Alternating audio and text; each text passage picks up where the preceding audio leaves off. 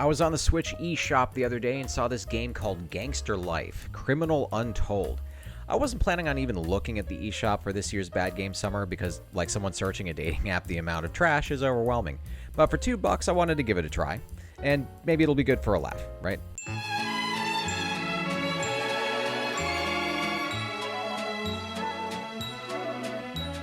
I want my $2 back. 20 papers, that's $2 plus tip. Gee, Johnny, I don't have a dime. Sorry. Seriously. Like, I actually looked through all the stuff I've previously played for Bad Game Summer since I started this whole event a few years ago, and this is worse. It beats out stuff like Drake of the 99 Dragons, even those weird no-name Steam games I played last year. It's worse than all of them. I can only hope this is a joke game, because if this was a serious effort, I've seen better Flash games back when people still made websites on GeoCities and broadband internet was still called Roadrunner.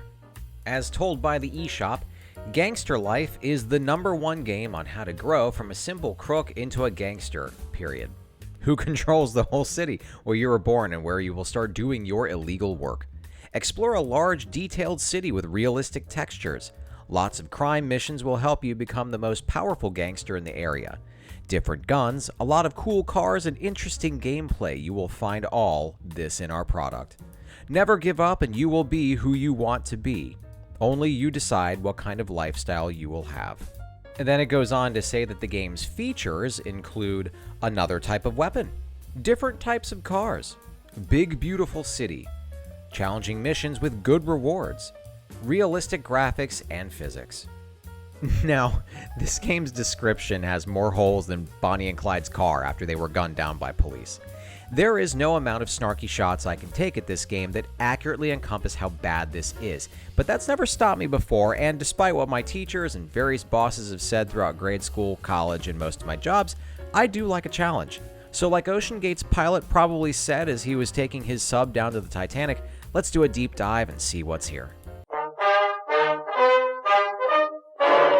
So again, the game's description says it has features, and I suppose that's correct in a sense that this game has features like popular musicians and actors all have venereal diseases. Now, this one was hard to record because navigating the menus can only be done in handheld mode on the Switch. So basically, the only way to get full use of this garbage is to take it on the go and risk embarrassing yourself in public or in front of friends and family when you're seen with this. This game has no story to it. You simply run around a nearly empty city completing the same few missions repeatedly in order to grind money to buy weapons, cars, or car upgrades, and it's about as fun as Chinese water torture. There is no character customization either. You just play as this crackhead, you spawn a car, and from there you can aimlessly drive around and look for the occasional pedestrian to run over, or you just tell the game to start up one of the terrible missions that's available. What are these missions I keep talking about? Well, for example, we've got one here that's called Make His Bones, where it says you intend to join the gang and one of the rival gang members violated the boundaries, whatever the hell those are. Find him and teach him the lesson. Not just any lesson, the lesson. So apparently this game was written by someone who does the descriptions on Amazon. You then see your mission objectives are find the guy and beat him. So you drive up to where the guy's at, he's minding his own business, and then you walk over and beat him up.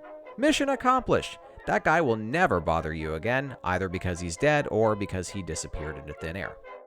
In Hijacker, you need money and gain gang's trust. Joe, whoever the hell that is, gave you a work to do. Steal the Lux car for the boss. So then you steal a car, drive it into a garage, and that mission is done too. I guess you have to keep it from getting damaged, but since there's almost nothing on the road, I don't really see how you could fail this. When you run into another vehicle, you just bounce off of it also. In Cigadeal, you sell cigarettes to random people on the street. Cigarettes are almost like $10 a pack where I live, so it isn't too far-fetched to think that this game takes place somewhere that stealing them and selling them secondhand is the only way to afford them. Anyways, you click the right analog stick here to try and sell them. Notice that the letter R is backwards here. And whether they refuse or accept, you can beat them up afterward. Successfully sell them 3 times and it's mission accomplished. Selling to 3 people is clearly a difficult task because only 10 people appear to live in this whole city, and half of those are from a rival gang. Transporter is a very exciting mission because you steal a van to deliver drugs and you have to watch out for the cops. Except there are no cops.